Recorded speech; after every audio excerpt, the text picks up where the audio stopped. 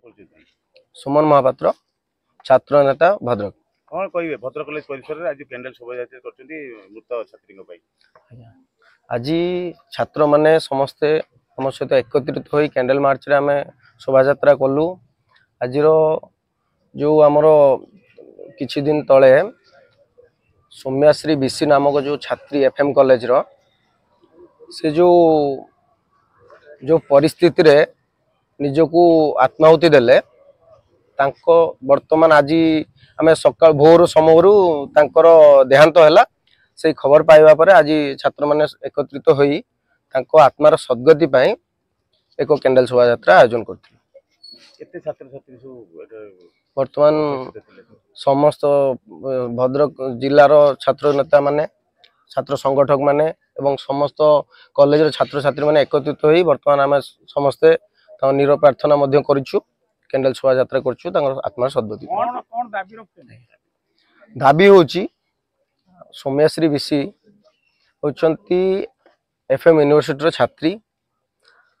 तांकु जो मानसिक निर्यातना एवं शारीरिक शोषण पाई प्रोफेसर एवं कॉलेज कर्तृपक्ष तरफ जो निवेदन करथिले प्रोफेसर एवं से मध्य ता विरुद्ध रे स्वर उत्तोलन करथिले। विभिन्न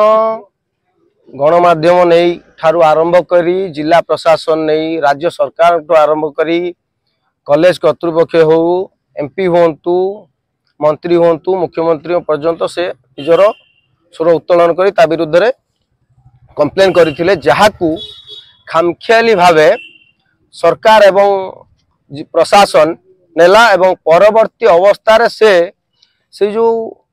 परिस्थिति उपजिला एवं से निजको निजर कष्ट सह्य न करि पारी निजे देहरे पेट्रोल ढाली निया लगाइले एवं गतकाली राति रे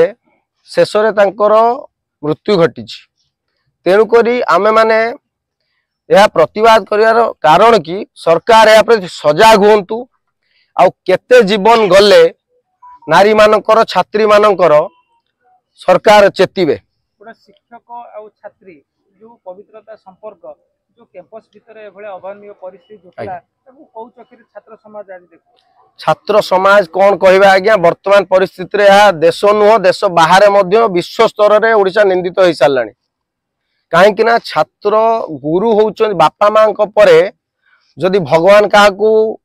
माने आमे मानंती से होउछन गुरु। जदि वर्तमान परिस्थिति रे से जो प्रोफेसर जनक छात्री सहित जो दुर्व्यवहार करिसंती ताकू कहिबा हुए तो आम मानक पक्षरे सापेक्ष हेबो नाही। वर्तमान कार्यानुष्ठान दृढ़ हस्तर आमे ताकू निंदा करिया सह सरकार को निवेदन करूचु या विरुद्ध रे दृढ़ कार्यानुष्ठान ग्रहण करंतु एवं जो माने एही कार्यक्रम रे कि विरुद्ध रे षडयंत्र करचंती किंबा एथिरे संक्लिष्ट अछंती सेमानंकु गिरफ करा जाऊ एवं दृढ़ कार्यानुष्ठान नहीं तांकु गिरफ करी कठोर दंड विधान करा जाऊ।